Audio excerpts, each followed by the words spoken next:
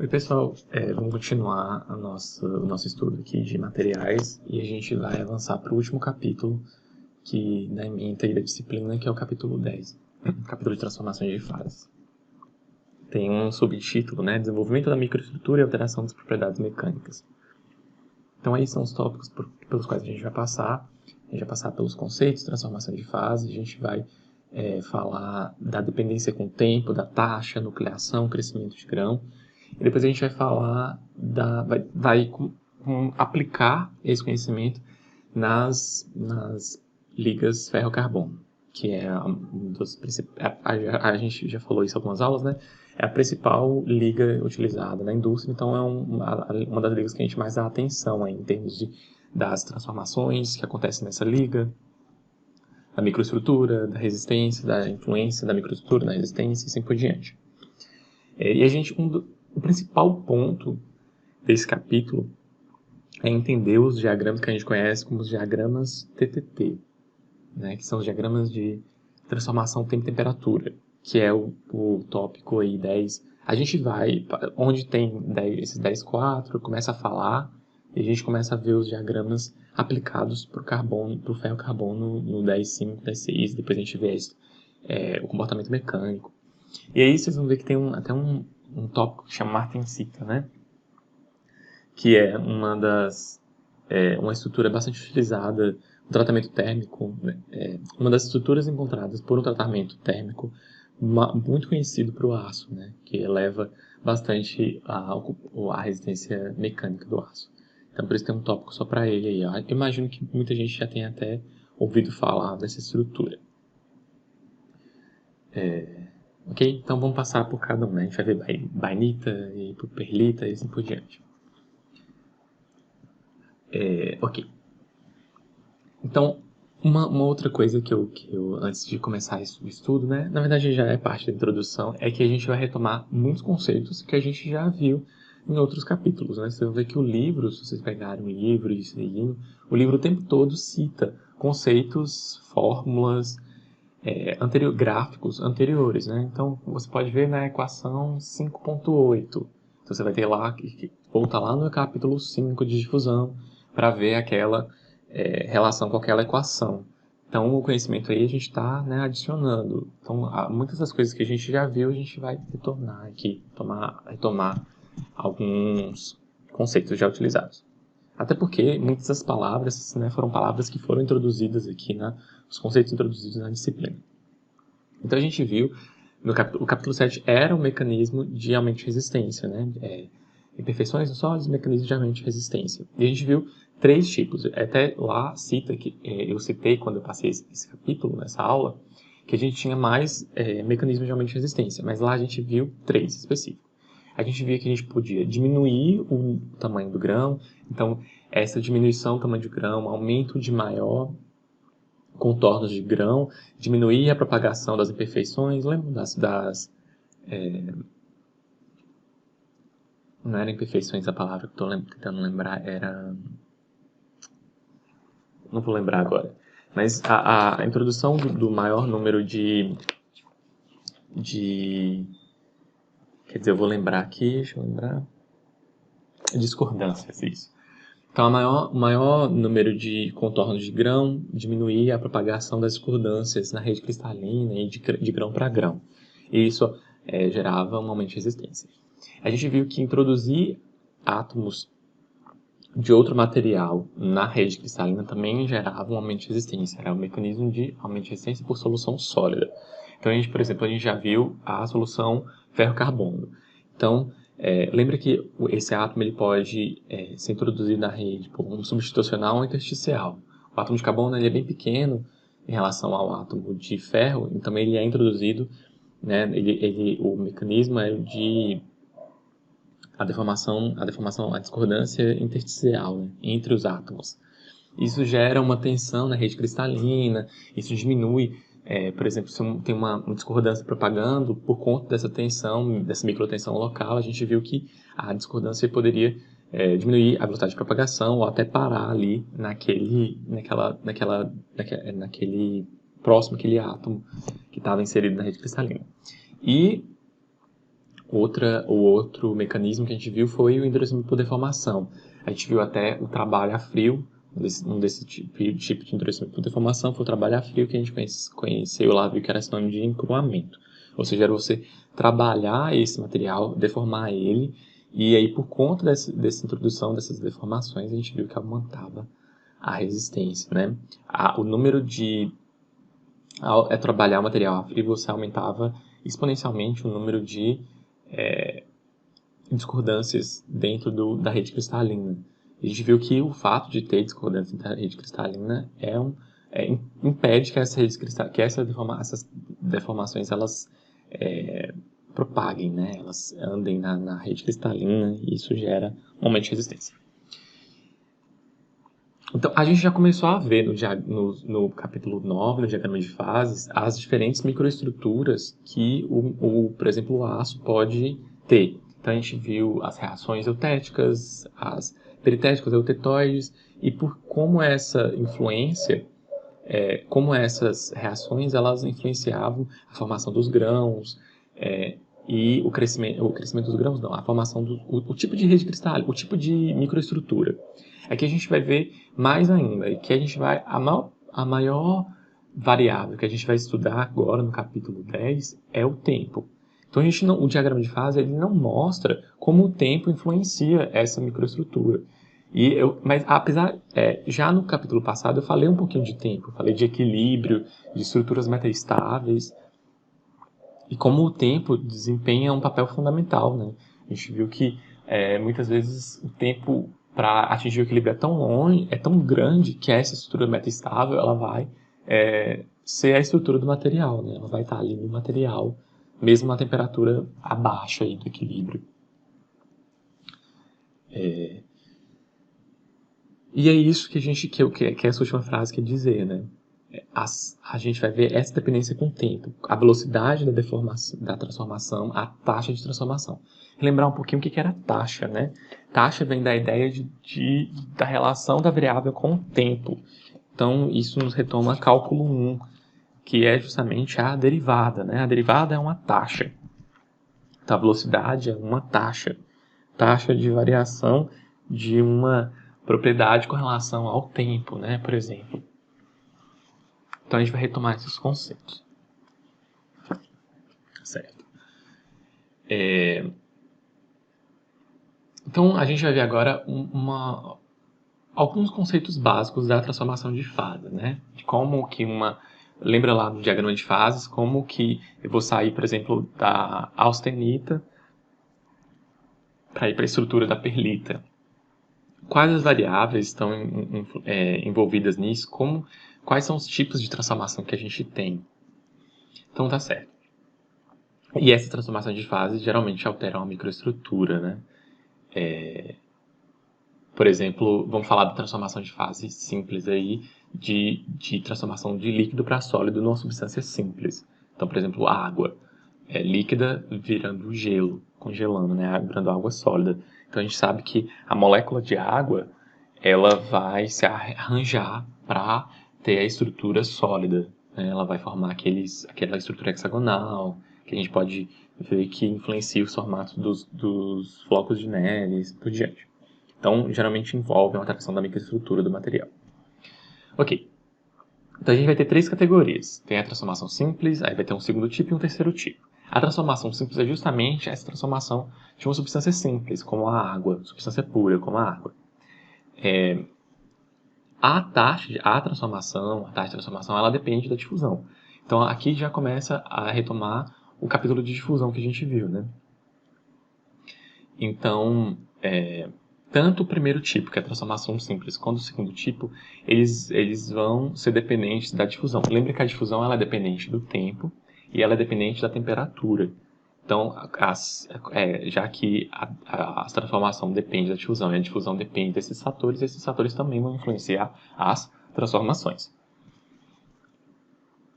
Eu ia falar uma coisa, mas eu esqueci sobre temperatura. Por exemplo, vamos supor, aqui a gente está falando que a gente vai ter vamos retomar o exemplo da água.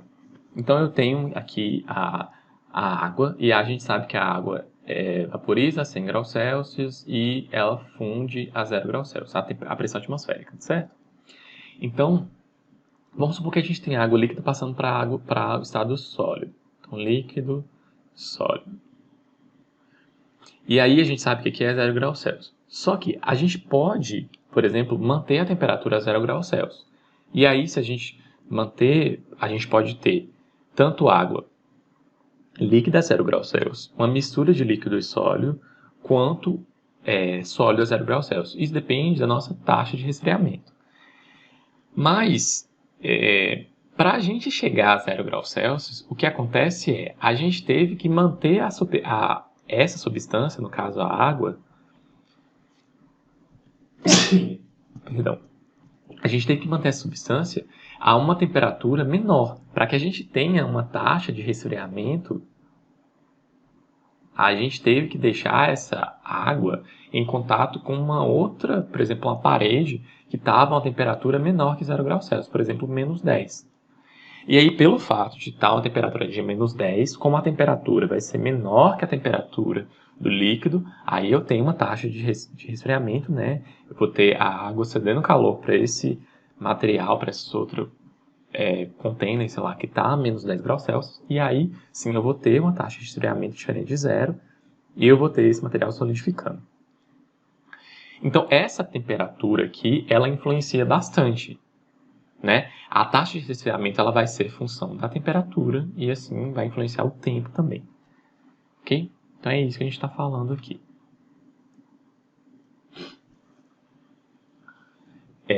Para metais puros ou uma substância pura, por exemplo, eu falei de sólido e líquido aqui, no caso de uma substância simples, por exemplo, a água, a gente tem alterações nas propriedades, não é isso? A gente vai ter, o gelo vai ter propriedades diferentes da água líquida. O ferro líquido, por exemplo, ele tem propriedades diferentes do ferro sólido. Mas a composição das fases é a mesma. Então aqui eu vou ter a molécula H2O e aqui eu vou ter a molécula H2O. A composição é a mesma. Aqui um outro exemplo que tem são as transformações alotrópicas. Lembra? Eu acho que foi o capítulo 3 ou 4 que a gente viu isso. O que era uma transformação alotrópica? A gente tinha materiais que, dependendo, era uma função da temperatura isso, né? Acontecia por conta da temperatura, ele mudava a sua estrutura. Então vamos supor que a gente tinha o exemplo que tinha lá, eu não lembro direito, era um exemplo que até tinha no livro, ele tem um quadrinho amarelo, que são as curiosidades, né? Então a gente tinha um metal que a uma temperatura bem baixa, em torno de 20 graus Celsius aí, ele mudava a sua estrutura cristalina. Então, por exemplo, vamos supor um material hipotético que a 20 graus Celsius, aí a gente vai ter uma mudança de estrutura de CFC para CCC. Certo? E aí, por conta dessa mudança de temperatura, a gente vai ter uma transformação, que a gente conhece como... por conta da mudança da estrutura cristalina, essa transformação aqui é o que a gente conhece como transformação alotrópica. Lembraram? Então, a gente já viu essa transformação lá, né? Eu até coloquei uma foto de como esse material, ele mudava, né? Ele até meio que se desfazia um pouquinho da estrutura que ele já tinha. A gente viu que o ferro ele também passa por essa transformação alotrópica, né? Quando a gente chega eu não lembro as temperaturas de cor, mas a gente lembra que no ferro a gente tem essa transformação, né? A gente tem o ferro CCC e o ferro CFC, que era relacionado lá ao alfa e o gama, lembram? Que eu falei na aula passada? Certo. O segundo tipo de transformação também depende da difusão, então a gente vai ter uma transformação dependente dessa taxa de difusão. Só que agora a gente vai ter uma alteração das composições de fase. Por exemplo, aqui eu já vou partir do exemplo, né? Por exemplo, a reação etotóide do aço. Então lembra que a reação etotóide do aço a gente tinha partindo de austenita para uma outra microestrutura que a gente conheceu como perlita, que era composta por ferrita alfa e cementita, que era Fe3C. Lembram? Que era a reação eutetoide. Então,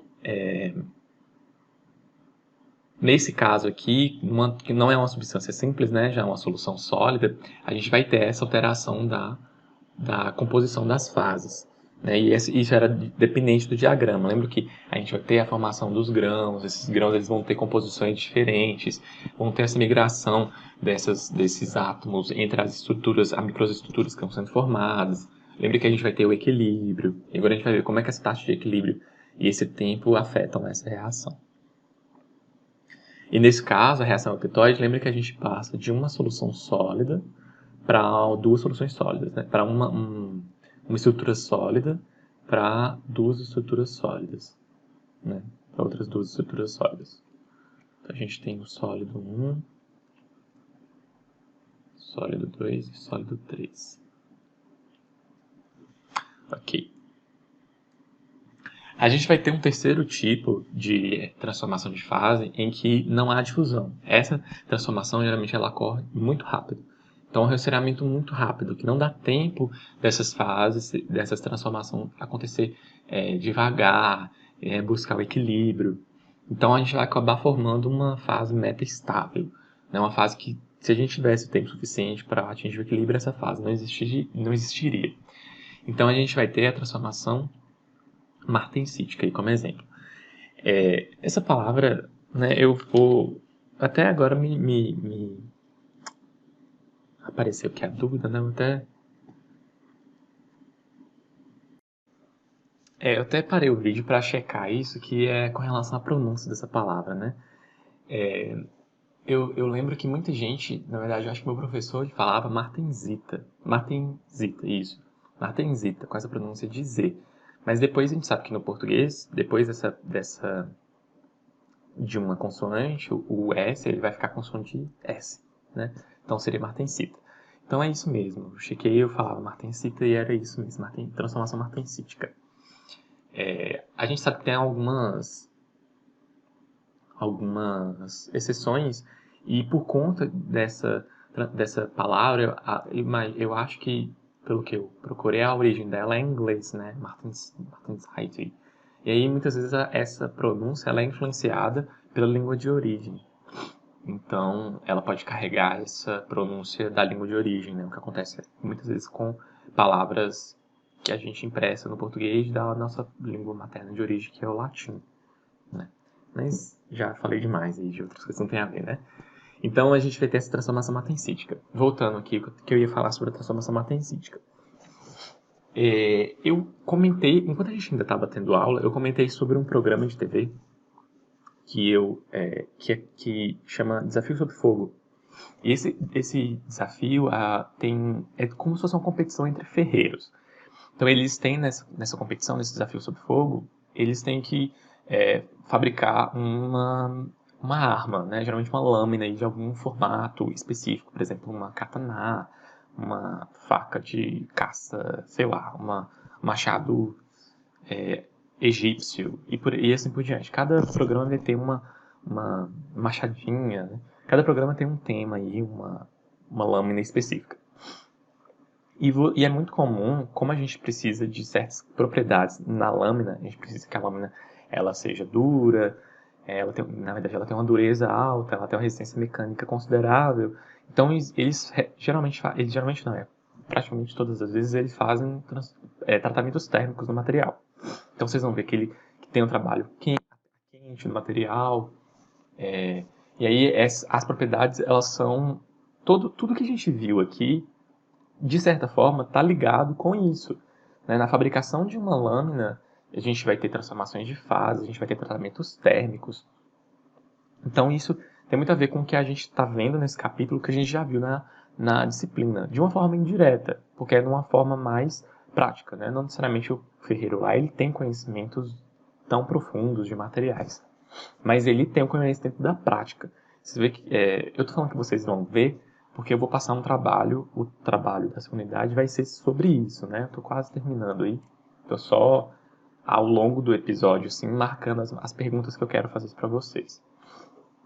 Então, vocês vão ver que existe um jargão também, né? Eu não sei nem se o jargão foi traduzido, eu não tenho esse jargão da indústria ou da ferraria, mas eles falam sobre queimar o aço, e assim por diante, né? Trincas e... aconteceu... como é que é outra palavra que eles usam? Eu não lembro muito bem. Tô tentando lembrar a palavra, mas eu lembrei dessas aqui, né? De queimar o aço. Então, esses jargões, eles carregam muito dos conhecimentos que a gente tá vendo aqui, né?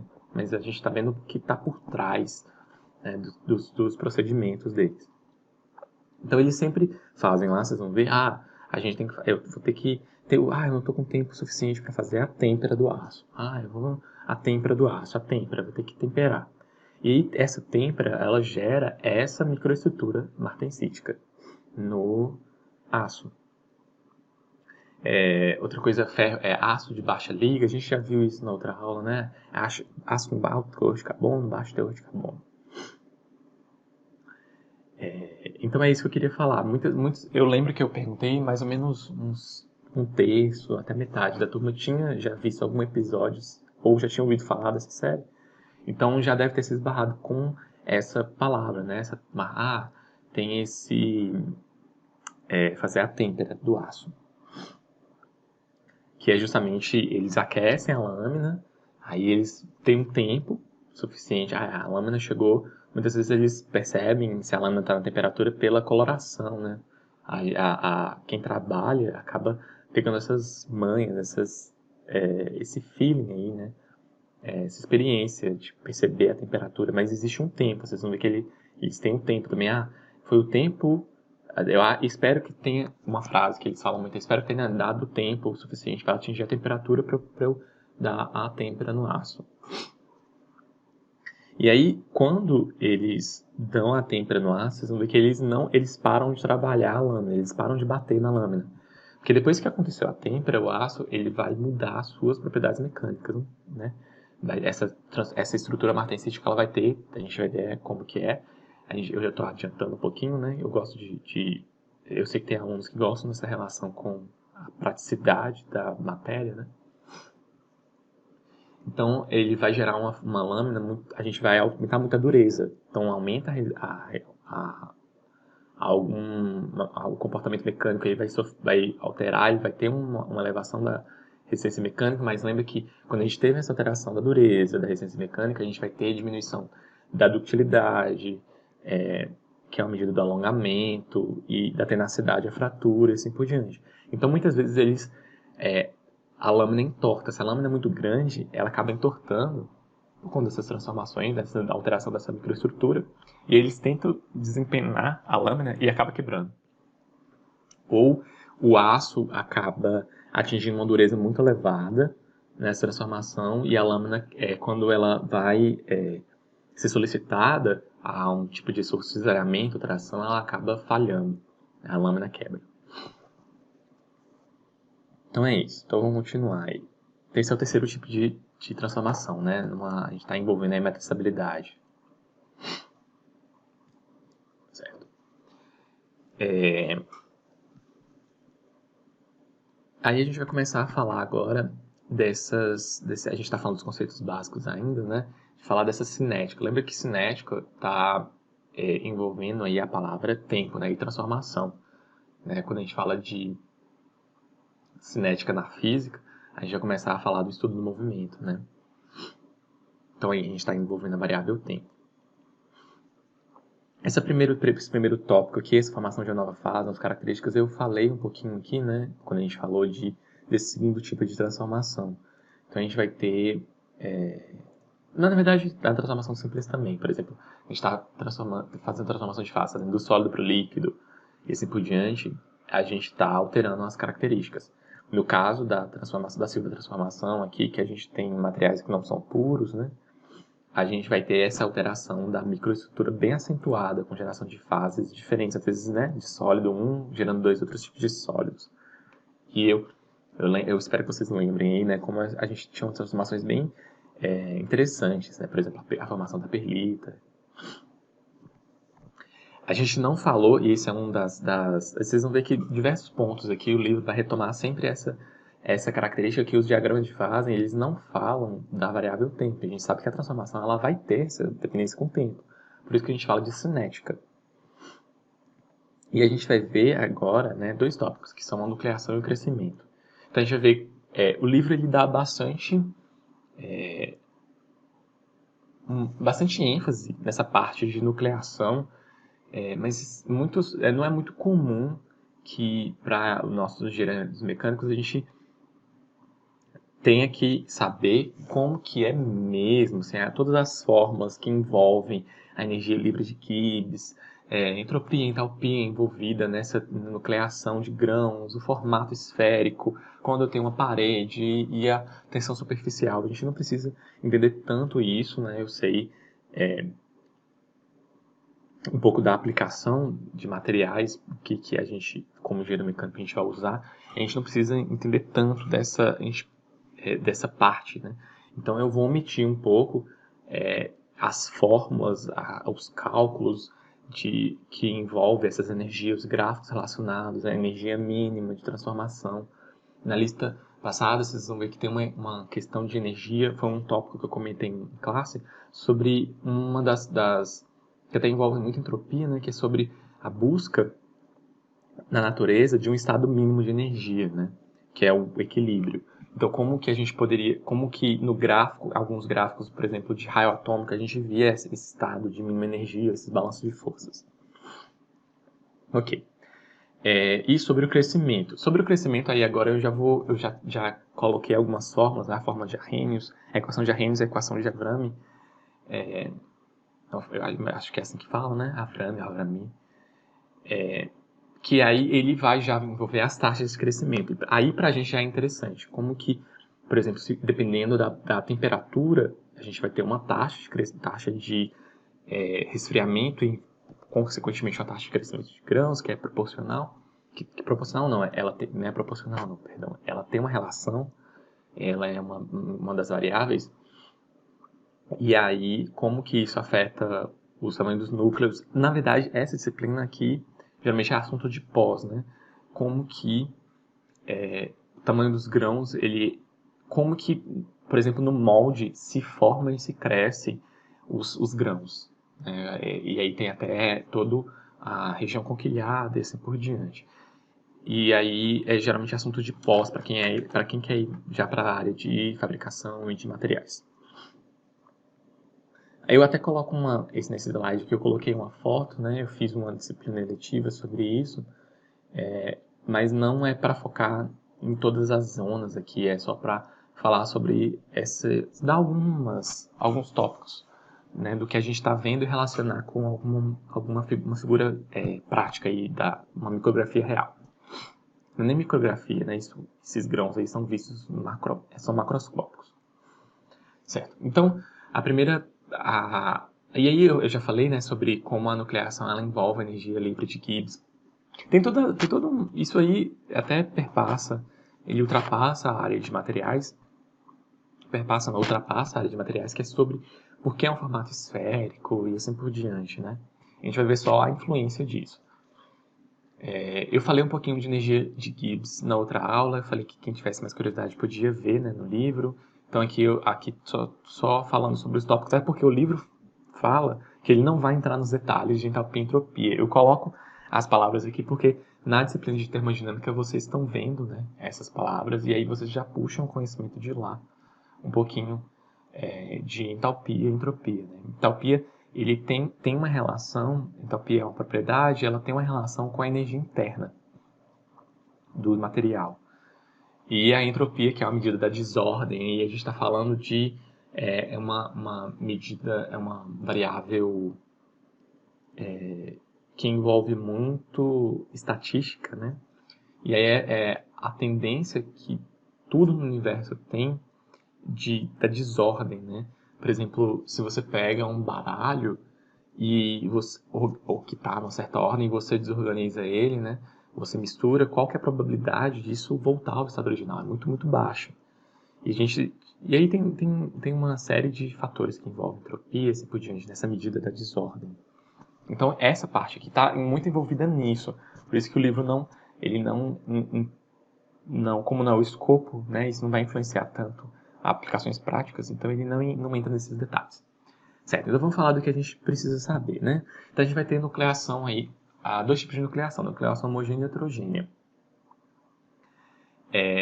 Então aí tem toda a teoria da nucleação homogênea, né, as formulazinhas que tem no livro lá, a dependência com o formato, o raio, esse crescimento, essa superfície, taxa, as tensões interfaciais, né? E aí essa nucleação homogênea a gente vai ter no meio do material. Vamos imaginar que a gente vai ter um material e a gente tem um molde, por exemplo, esse molde aqui. E aí eu tenho um material quente. E esse molde, o ar está na temperatura mais baixa, o molde está na temperatura mais baixa. Então, por conta dessa diferença de temperatura, a gente vai ter a formação de núcleos, por conta dessa diferença de temperatura. Então, esses núcleos esféricos, eles vão ser quando a gente tiver uma nucleação homogênea, lá no meio do material. Certo? Para que a gente tenha a formação desse núcleo esférico, a gente precisa de uma certa energia. Então vamos lembrar lá da química, vocês lembram para que a gente tenha uma reação, a gente precisa de uma energia de ativação. Para a gente também vai ter esse mesmo conceito de energia de ativação. Para que a gente forme esses núcleos aqui, a gente precisa de uma determinada energia de ativação. Vamos supor que essa energia de ativação é X. Então esses núcleos eles só vão começar a se formar quando eu tiver uma temperatura abaixo da temperatura de solidificação, mas eu preciso de uma temperatura... E aí é uma relação contrária, né? Eu preciso de uma temperatura mais baixa, mas ao mesmo tempo se eu tiver uma temperatura baixa, muito baixa, mas não extremamente baixa, vou colocar aí médio baixa, eu não vou ter energia de ativação suficiente para que eu forme esses grãos aí no meio do material, né? Porque eu preciso de uma energia de ativação. Então, se eu te manter uma temperatura relativamente alta, eu vou ter mais energia para que eu forme. Parece é um comportamento meio interessante, né? Eu preciso de uma temperatura para ter alteração do estado, para que eu tenha a formação dos núcleos, mas para que eu tenha a formação dos núcleos, eu também preciso de energia de ativação, né? Então a gente vai ver essa dependência, e depois eu vou mostrar o gráfico da dependência da taxa de nucleação da taxa de crescimento também com a temperatura. Ok. Certo. Então a gente vai ver depois também essa palavra aí, superresfriamento. Melhor falar um pouquinho depois. E a gente vai ter a nucleação, a gente viu aqui a nucleação homogênea e a nucleação heterogênea. Então essa nucleação heterogênea, ela é quando eu vou ter uma superfície próxima. O que acontece quando eu tenho uma superfície próxima? Ao invés de eu ter essa nucleação, formar núcleos com formato esférico, essa superfície ela vai servir de ponto para que eu forme um núcleo. E aí, por que é importante falar disso? Porque quando eu tenho esse substrato, essa parede, em que eu tenho uma temperatura menor, eu vou ter uma energia de ativação necessária para a formação do núcleo menor. Então eu vou ter o que acontece é que eu vou precisar de menos energia para eu formar núcleos. Então, quando eu tenho um substrato, eu preciso de menos energia para formar núcleos. Então, o que eu coloquei aqui, a energia necessária é reduzida para a formação do embrião, né? Esses núcleos aí, também é conhecido como embrião, né? O que depois vai crescer. É daí que surge essa palavra, né? Até marcar essa palavra aí, o embrião. E aí, por isso que eu coloquei essa figura aqui, né? Isso aqui não é uma micrografia, esses grãos aqui dá para você ver. Por exemplo, se você tiver um alumínio num cadinho e você tiver esse alumínio solidificando, né? Você derrama o alumínio líquido aqui nesse cadinho e aí depois você parte o alumínio no meio, você vai ter essa estrutura aqui, percebam que depende da temperatura do alumínio, depende da temperatura do molde e assim por diante. Então, é só para mostrar aqui. Onde eu tenho a parede, próxima à parede, eu vou ter um monte de núcleozinhos. Justamente porque a energia necessária para a formação dos núcleos aí, ela é menor. Então, eu formo um monte de núcleozinho.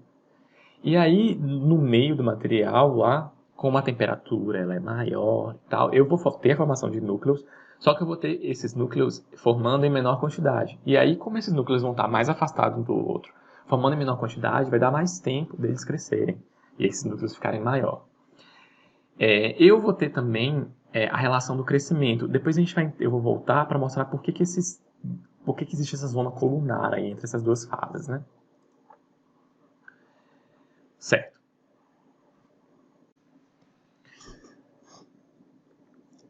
Tem um conceito aqui também de molhabilidade, né? Quer dizer que o metal ele molha a superfície, né? Ele tem uma certa afinidade, né? Essa palavra afinidade tem que ser utilizada com cuidado aqui, mas existe uma certa interação, uma tensão superficial entre o material e o substrato, né? Certo. Aqui a gente já vai começar a ver a influência dessas taxas aí no diagrama TTT, que é o que é basicamente o diagrama. A gente vai ver essas informações todas que a gente está estudando aqui. Então a gente viu no diagrama de fases que existiam essas diferentes microestruturas, né? Por exemplo, eu falei da perlita, que era a junção da ferrita alfa com a cementita. Mas existem outras microestruturas no aço, e essas microestruturas elas não estão presentes no diagrama de fases. Lembra que o diagrama de fases ele é um diagrama para as condições de equilíbrio, e a gente vai ver diversas condições que estão fora da condição de equilíbrio. Por exemplo, a martensita foi um resfriamento com uma temperatura baixa, e aí onde não há difusão, né? Então é um tipo de transformação específico que o diagrama de fases não consegue revelar para a gente, justamente por conta dessa dependência do tempo aí. Certo. Então a gente vai ver a primeira equação aqui relacionada à cinética dessas formações e ao crescimento. A gente vai ver a equação de Arrhenius. Então a gente vai ver esse G ponto aí. Lembra que quem faz termodinâmica também, esse ponto em cima de uma variável quer dizer a taxa, a derivada dessa variável com relação ao tempo. Então a taxa de crescimento é a derivada do crescimento com o tempo, né? A derivada do aumento do raio, aí, por exemplo, com aumento com o tempo. E aí essa taxa ela tem um formato de uma equação bem semelhante à equação do coeficiente de difusão que a gente viu no capítulo 5. Então, por isso que eu falei que essas equações elas acabam voltando, elas têm a mesma cara, né? A gente trabalhou com essa equação do coeficiente de difusão lá no capítulo 5, a gente fez uns exercícios, e aí algumas letras são até as mesmas que a gente utilizou lá. Então, por exemplo, aqui a gente tem o exponencial de menos Q sobre KT. T é a temperatura, Q é a energia de ativação para difusão, né? É a mesma variável que a gente tinha lá. No caso aqui, K, se eu não me engano, era uma outra letra, e o C aqui também era uma outra letra. E esse K e esse C, eles são constantes relacionadas ao material. No caso, essas constantes elas não vão depender da temperatura. Mas o formato da equação ele é o mesmo. O interessante para a gente aqui vai ser analisar como que a taxa de crescimento varia com a temperatura. Então aqui nesse gráfico, esse gráfico é bem interessante para a gente vai ver essa taxa de crescimento e como que ela varia com a temperatura. No caso, a gente vai ver outras duas taxas, né? Na verdade, outra taxa e a soma dessas taxas. Então a gente tem a taxa de crescimento aqui aumentando com a temperatura. Isso é bem interessante, né? Foi o que eu falei aqui antes, né? Nesse slide aqui. A gente sabe que para a gente ter falar primeiro da taxa de nucleação. Para que a gente forme os núcleos, a gente precisa ter uma temperatura baixa, porque a gente vai precisar de uma taxa de resfriamento. Mas, se essa temperatura for muito, muito, muito baixa, eu vou ter uma energia de nucleação, uma energia de ativação, eu vou ter energia para a energia de ativação disponível, vou ter energia disponível para a energia de ativação baixa. Foi aqui ó, quando eu falei de energia de ativação. Então, para que esses núcleos se formem, eu preciso de energia de ativação. Se eu diminuir demais a temperatura, essa minha taxa de nucleação ela vai diminuir. Já a taxa de crescimento, quanto maior depois que o núcleo já se formou. Então, aqui o núcleo já se formou. Depois que o núcleo já se formou, eu vou ter uma taxa de crescimento grande com relação à temperatura. Por isso que aqui que tem esses grãos crescendo fora da parede. O que acontece é que a temperatura da parede ela é muito baixa. Deixa eu marcar isso daqui. Então, perceba que a temperatura aqui eu vou marcar de verde, porque ele está verde, né? Então, o crescimento aqui é o verde. Então, a gente vai estar aqui numa taxa de... Aqui uma temperatura muito baixa, próxima à parede. Então, eu vou estar aqui, né? Uma temperatura muito baixa. Então, eu vou ter uma taxa de nucleação alta. Então, a taxa de nucleação vai ser alta, porque eu estou numa taxa de... numa temperatura baixa. Então, eu vou formar diversos grãos. Mas os grãos não vão crescer, porque a taxa de crescimento, como ela depende da temperatura, ela aumenta com a temperatura. Então, esse núcleo aqui, ele está na temperatura maior. A temperatura aqui é bem maior do que a temperatura aqui. Então, os grãos, eles crescem nessa direção. E os grãos que se formaram aqui, eles vão se crescer também. Eles vão crescer também. Por isso que eu coloquei essa foto aqui, para mostrar essa relação da taxa de crescimento e a taxa de nucleação. Com aí os pontos aí desse cadinho. E aí, se eu somar essas duas aí, eu vou ter a taxa de transformação, né? Lembre que os grãos precisam crescer e é preciso nuclear e depois crescer. Então, eu somar essas duas taxas aí, né? Eu vou ter essa taxa de transformação global. E eu estou interessado nessa taxa de transformação global, né? Nessa taxa de transformação de fases. Então, essa linha azul aí que vai ser a interessante. Eu estou no verde aqui, mas essa linha azul, né? Essa linha azul aí que vai ser interessante para a gente. E aí, eu vou pegar essa linha azul aqui e projetar ela vermelha aqui agora. Certo? Então, eu vou estudar o crescimento global aí, né? A taxa de transformação global, que é a nucleação e o crescimento juntos. Essa taxa ele tem esse formato aqui. E aí, eu vou pegar e transformar esse diagrama num diagrama mais próximo do que a gente vai ver lá, uma curva mais próxima do que a gente vai ver no diagrama TTT. O que é isso daqui? Eu vou pegar o meu tempo necessário para formar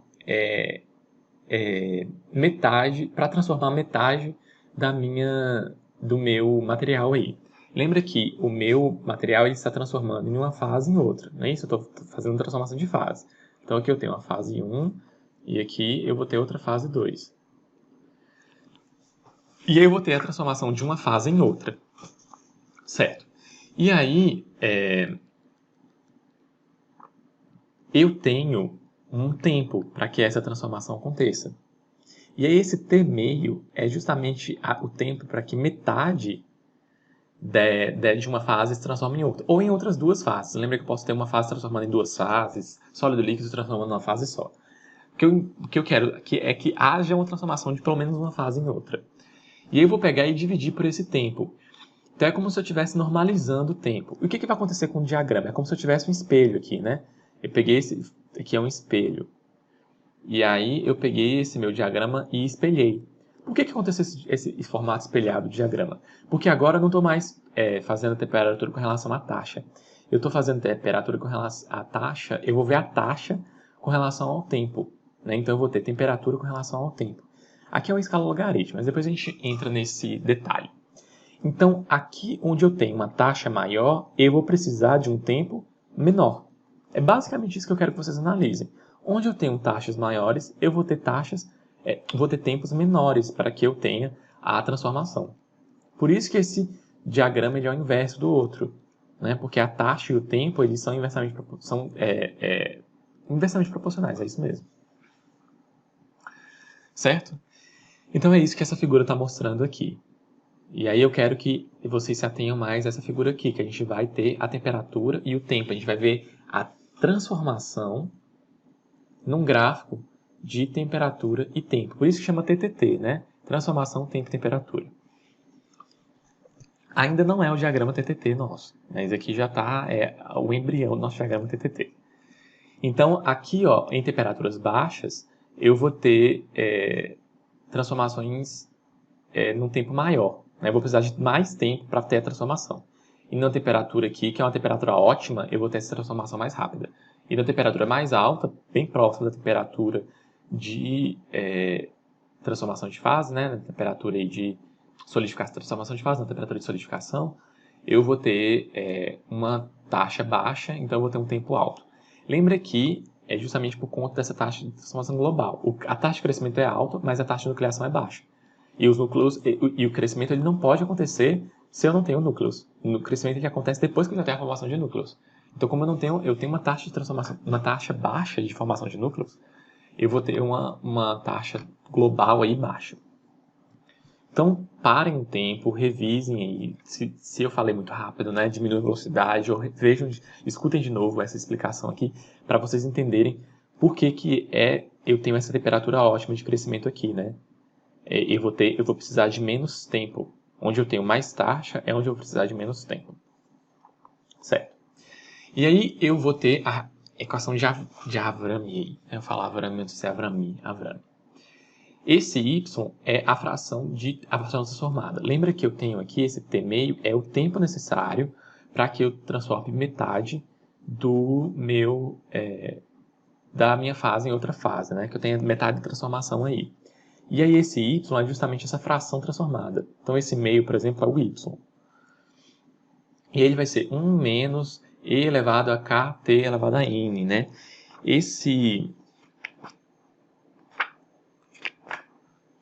Só confirmar uma coisa aqui.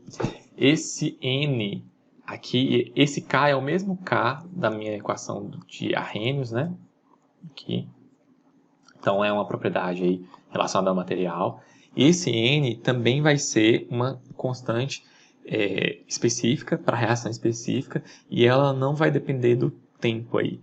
Tanto o K não vai depender do tempo e o N não vai depender do tempo, né? Lembra que o K também não depende da temperatura. Então é tipo da reação.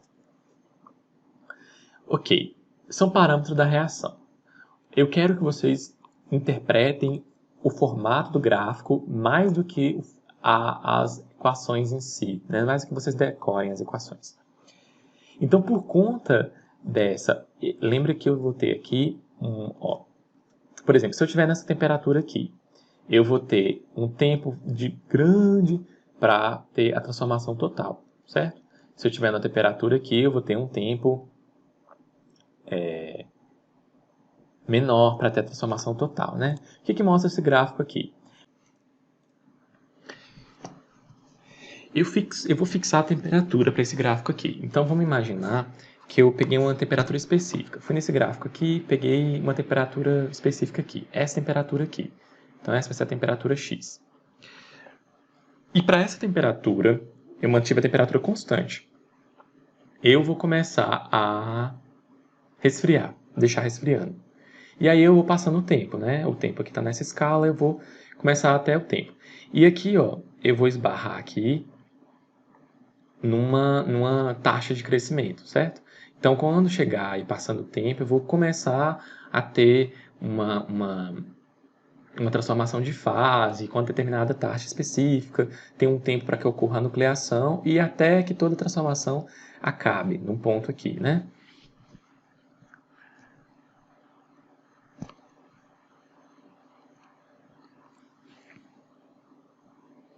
Certo. E aí, então, o que está mostrando esse gráfico aqui? Ó? Esse gráfico é justamente para uma dessas temperaturas. A gente pegou, por exemplo, a temperatura de 135 graus Celsius aqui para o cobre puro. E a gente foi lá, a gente teve um tempo necessário para que tivesse nucleação, e aí, depois da nucleação, começou o crescimento. Aí tem o crescimento. Aí começou a crescer o grão, cresceu o grão, cresceu o grão, cresceu o grão, até atingir o tempo de metade do crescimento. Então, 50% de uma fase transformou em outra coisa, e aí continuou até que 100% da transformação tenha ocorrido. E aí, para cada temperatura, eu vou gerar uma dessas curvas. Percebam que cada uma dessas temperaturas vai ter um tempo aí de meio, que é esse T meio, né? Esse T meio aqui, vai ter um tempo para atingir metade da transformação específico. Então aqui vai ter um tempo, 135 tem uma maior taxa, né? 119 vai levar mais tempo, 103 mais tempo, até vai aumentando o tempo. Lembra que essa escala aqui de baixo é logarítmica. Lembra da aula que eu expliquei como é que faria o logaritmo aí em minutos, né? Então aqui varia de 10 em 10, né? Para eu poder representar no mesmo gráfico tempos muito grandes, né?